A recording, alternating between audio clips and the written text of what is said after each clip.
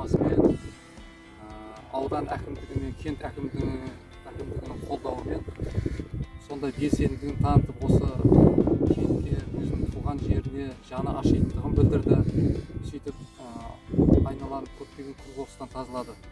Мынау енді біздің жастарымыздың бастамасын үлкендер ары қарай қолдап жіберсек, бұл енді күл-қоқыс айдаладан келген жоқ қой. Біз өзіміздің осы тұрғын, осы жерде тұрғылықты жердің күл-қоқыстары, оның бәрі өзіміз шашамыз. Ең болмаса осыған бір үлесімізді қоссақ, үлкендер жүрген жерімізде, осындай ауданымызда жақсы іс басталды. Жастар осындай тазалықты қолға алып жатыр.